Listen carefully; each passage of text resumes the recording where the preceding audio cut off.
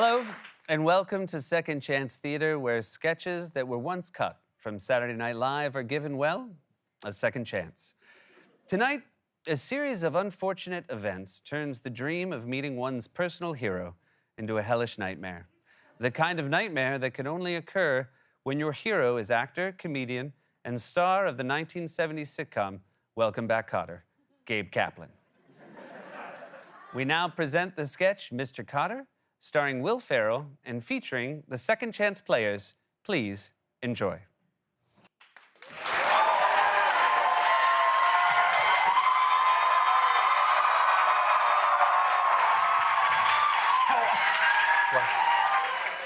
So I just kept looking at him for the longest time, and finally I said, "Yeah, I'm sorry, do you know who you look like?" And he says, "Yes."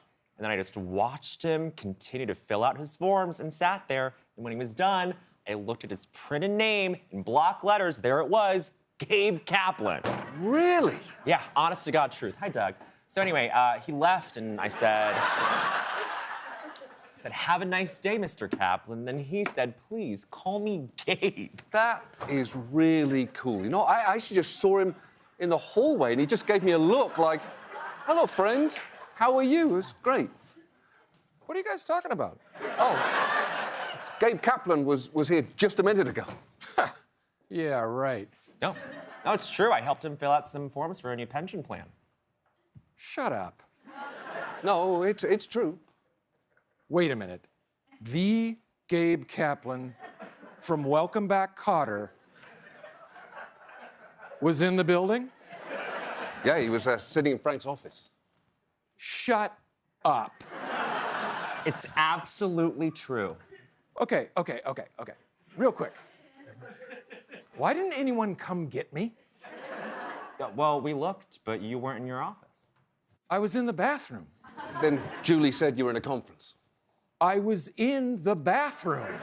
Well, Julie said you were in a conference. Why would Julie say that? Unbelievable.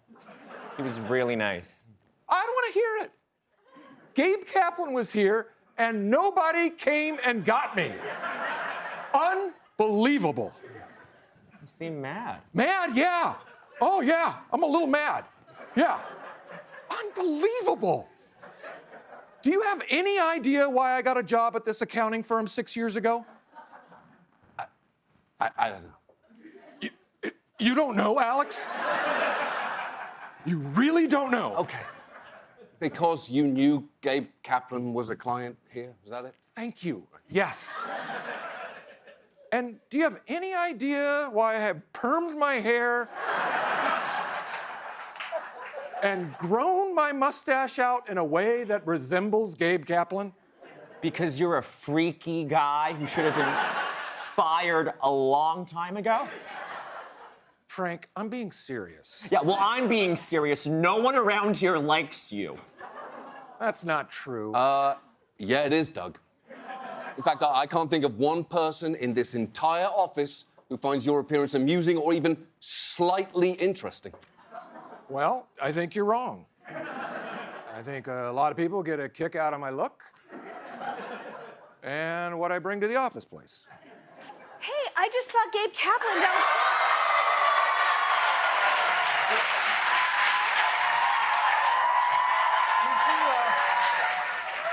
Is he still downstairs? No, he left. Well, did you try calling up here? No, why would I? What do you mean? This is like a bad nightmare. It's unbelievable. Oh, right, because you like Gabe Kaplan. Okay, let me ask you this, Doug. Let's say you were to meet Gabe Kaplan. Which will probably never happen now. Go on. Okay, what would you possibly think his reaction would be? Do you honestly think he would enjoy your getup? Well, yes, I'm kind of banking on it. How long do you think it would take before he called the police? Let's get real. Yeah, let's get real. I swear to God, I would love nothing more than to punch you in the mouth right now. You know, I like to believe that, yes, Gabe Kaplan would enjoy my attempt to resemble him. But I don't know for sure if he'd like it. Sure. There's a chance he'd be bothered by it. but probably not. Because I know Gabe Kaplan is a decent man. I just want everyone in this room to promise me one thing. If Mr. Kaplan ever returns to this building, and I can only pray that he will, would someone please find me, all right? Please, check my office. And if I'm not in my office, you check the conference room, right? And then please have a male member of the staff look for me in the bathroom. Can I just have all three of you agree to at least this? Julie, can I count on you? Yes. Alex, are you in? Sure. Frank, are you there for me?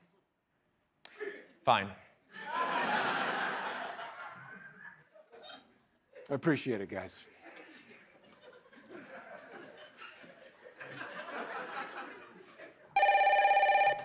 Hello? Yes, Mr. Kaplan. Oh, sorry, Gabe. Yeah, sure, it's in my office. Okay, bye. Kaplan left his briefcase here and wants someone to take it to his house. What a pain in the ass. Who's gonna do that? All right, I'll go do it. Come on, let's all go. We'll all go. Hey, guys. Where are you going? Nowhere. Out. We're not going anywhere. Welcome back. Give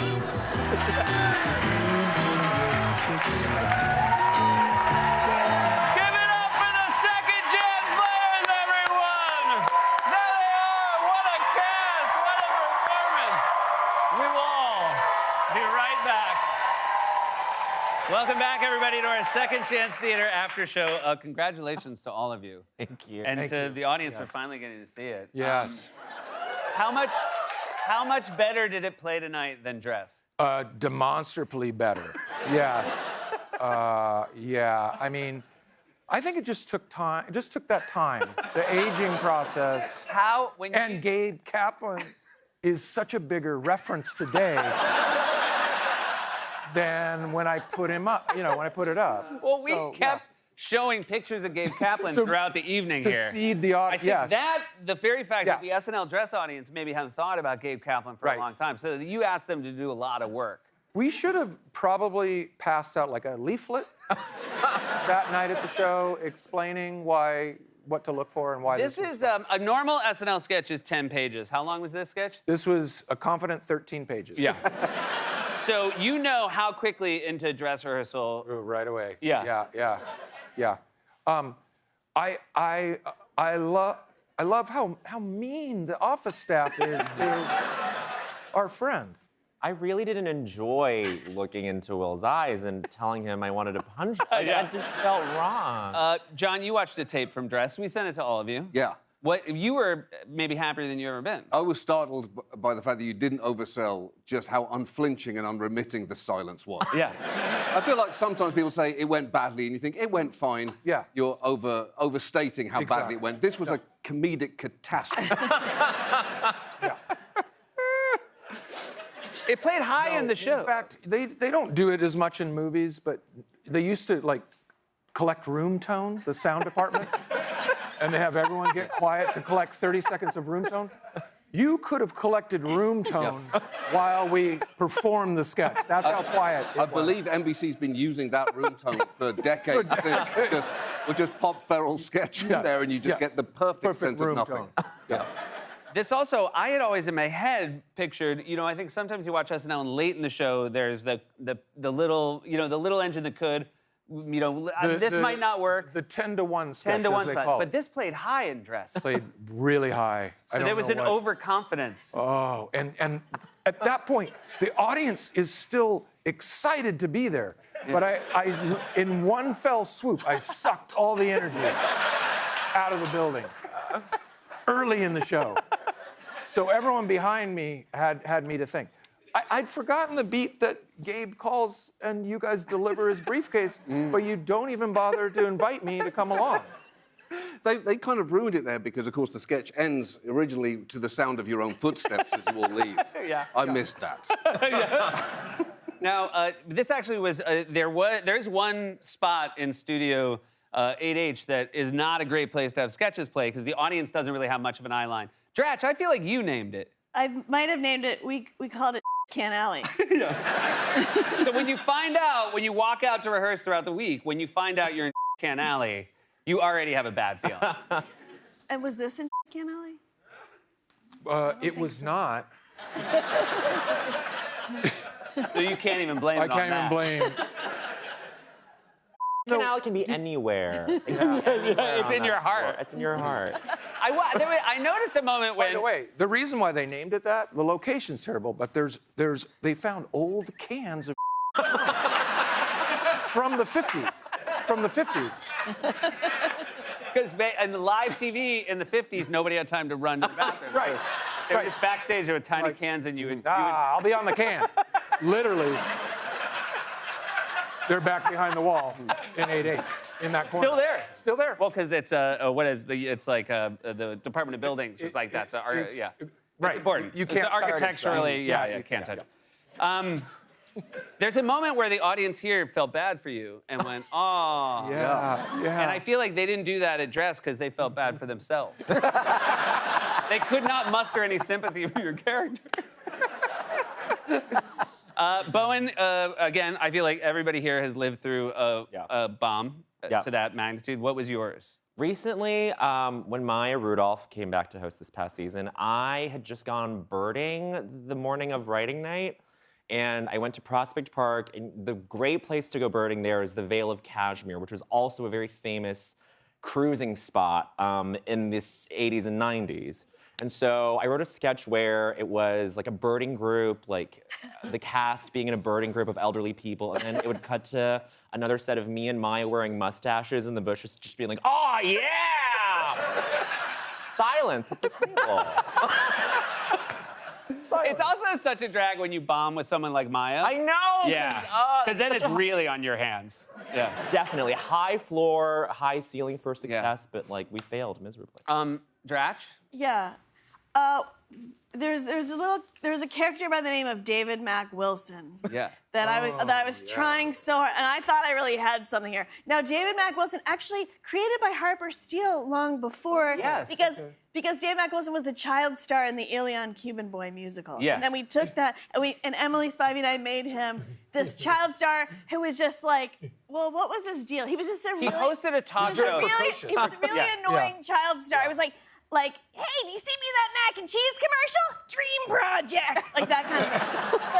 But thank you, because nothing happened. God, what is this audience? I know. But then we played it up with Liam Neeson, and David Eccleston was hosting his own talk show, and he was being really smarmy, and it just totally died. Maybe that could be the next. I would Second love it. Chance I will winner. say, here's what I remember about it, is David Mack Wilson was such a tiny little dickhead. He kept calling Liam Neeson the niece. Oh, yeah. He was like, Niece! niece! Hey, Yeah. niece! And every time I see Liam Neeson, I'm like, niece! John, you've never bombed. Oh, yeah. My worst one was in Edinburgh, which, of course, your entirely Scottish Yeah, audience they know. will love. They must be from Glasgow since they Yeah. didn't clap for that. Yeah, I Or did that. Aberdeen. Nice. Yeah, I had the entire audience walk out of the first hour-long show. Whoa. I did up there. It was 4 people in, 2 people left after 5 minutes. It was just left a couple. The husband said he was going to the bathroom and left. An act of unbelievable cruelty to his wife, who sat there for 5 minutes, and I saw her move her hand slowly towards her bag. And I said, "Are you leaving?" And she said, "I think I am." Left. And then the door closed. I remember the sound that the door made, the suction it made to change the air. And then it was only just me and the lighting guy who said, "Do you want to keep going?" No, I think we're done here. I just don't know what done means. It could mean this show, it could mean this choice of career. Something ended tonight. Well, if there's young people at home watching, all 4 of these, some of the best in the business, everybody fails. Yep. Brush yourself off, get back up. Yep. And I hope a lot of school productions, I think they can license this. They can do this on stage. That's nice. As a school play. You Oh, can do, that would be That would be amazing. Thank you, everybody. We'll be right back with more Late Night after this.